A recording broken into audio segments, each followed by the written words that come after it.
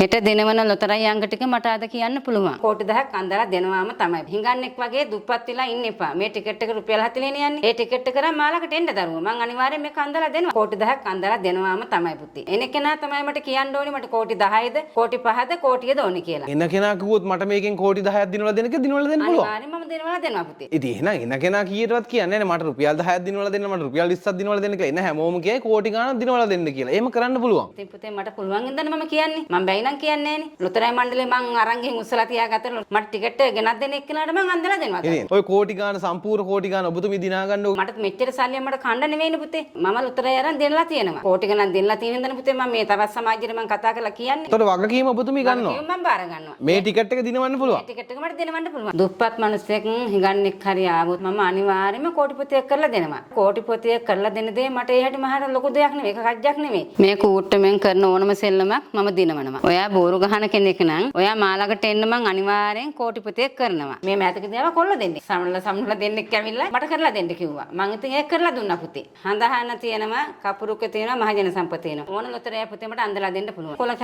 හදන කෙනෙක් මාළකට ටිකට් අරන් ආවා. ගොවිසෙතයි මහජන සම්පතයි තමයි අරන් එමින් තිබ්බේ. ගොවිසෙතෙන් එයාට ලස්ස 10ක් එයාට ටිකට් එකේ ඇදලා තිබ්බා. මට මේ මෑතකදී කතා කරලා කියනවා මම්මට පින්සියක් දෙන්න මං දැන් කොලක් හදපු කුණක් නැහැ මං හොඳ කඩයක් දාන්න මං දැන් ජීවත් වෙනවා කියලා. ඉංග්‍රීසි අකුරයි මේ අංක ටික අනිවාර්යෙන් මට පුතේ දුන්නොත් මං අන්දලා දෙනවා. ටීවී වල ආපු මිනිස්සු දැන් කාර් වලින් මාළකට එනවා. මට ඇවින් කියන අම්මට පින්සියක් දෙන්න මං අද හොඳ රත්තට ගෑස් දොරක් හදාන යාන වාහනයක් කරන් ඉන්නවා. මේ රුපියල් 40 ටිකට් එකන පුතේ මහ ලොකු ගණක් යන්නේ නැහැ ටිකට් එක ගන්න. මේ ටිකට් එකක් අරන් මාළකට එන්න. මගේ ලොතරැයි වලට ගහන ලොතරැයි අංකයක් කොහෙන්වත් ඇදලා නැහැ. මේ කූට්ටමෙන් කරන ඕනම සෙල්ලම මම දිනවනවා. පුතා මේ ළඟදීන් බොරු ගසන එක සිංහල අවුරුද්දට කලින් දවස් දෙකකට කලින් තමයි මාළකට ආවේ කූට්ටමක් ගෙනියන්න.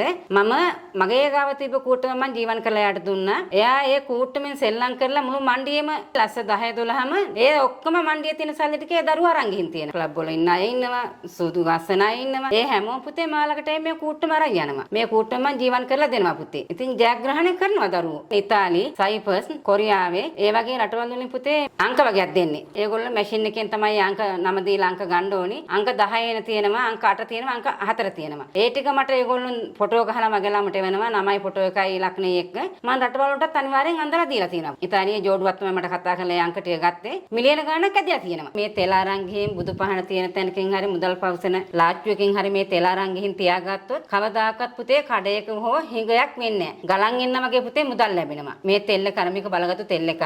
මේක පුතේ ලංකාවේ හැමෝගාම මේ තෙල්ලක නෑ. මේක තියෙන මාළගේ විතරයි. මේ තෙල්ල කරන් ගිහින් තියාගත්තොත් පුතේ ඕනම කෙනෙකුට පුතේ ධන ආකාශය ලැබෙනවා. දැන් මේ තෙල්ල කරන් ගිහින් පුතේ පුළුන් කෑල්ලක මේ තෙල්ලක චුට්ටක් ගාලා මේක පර්ස් එකේ තියාගත්තොත් කවදාකවත් පුතේ පර්ස් එක හිස් වෙන්නේ නැහැ. මොඬරු වගේ 5000 පුතේ මේ පර්ස් එකට එනවා. කොහෙන් ගියත් පුතේ නිකන් මිනිස්සෙක් ගාවට වැදිලා ගියත් මේකෙන් පුතේ මුදල් ලැබෙනවා අනිවාර්ය සත්‍ය පුතේ ලැබෙනවා තමයි. මේකේ තරම් බලගත්තු තෙල් එකක්. මැණික් මුදලාලිලා පතල් කපන අය, ඒ බිස්නස් කරන අය මේක ඇවින් ගෙනිනවා. මේකෙන් තෙල් බින්දුවක් ගාගෙන ගිහින් තමයි ඒගොල්ලෝ ඒ ආකාරව ඒ රාජකාරී කරන්නේ. දෙන්නෙක් වෙන් වෙලා ඉන්නවා නම් ඒ දෙන්න මට එකතු කරන්න පුළුවන්. දැන් දාලා ගිහින් දින්නව නම් ඒත් ඒ විදිහට කරන්න පුළුවන්. කෙල්ලට කොල්ලයි පාවිලා, කොල්ලට කෙල්ලේ පාවිලා එහෙම ඉන්නව නම් මට ඒ දේවල් කරන්නත් පුළුවන් පුතේ. ඒකට මට නම් දෙකයි, ෆොටෝ දෙකයි, උපන්දින දෙකයි, ලග්න දෙකයි තමයි අවශ්‍ය වෙන්නේ. ඒ සම්බන්ධව මං අනිවාර්යෙන් දින 7ක් ඇතුළත කොයි ලෝකෙ හිටියපට මම දින 7න් මට ඒ දෙන ලං කරලා දෙන්න පුළුවන්. අනියන් සම්බන්ධක දාලා තිබ්බොත් දැන් తాවකාලික දේවල් මට කරලා දෙන්න කියනවනේ. ඒකත් මම අනිවාර්යෙන් කරලා දෙනවා. සමහර කට්ටිය කතා කරපුවම කියනවා අනේ අම්මේ මට මේ නම විතරයි දන්නේ ෆොටෝ නෑ කියලා. උපන්දින දන්නේ නෑ කියලා. මං කියන පුතේ දන්න ආකාරයෙන් මට ඒ විස්තර එවන්න.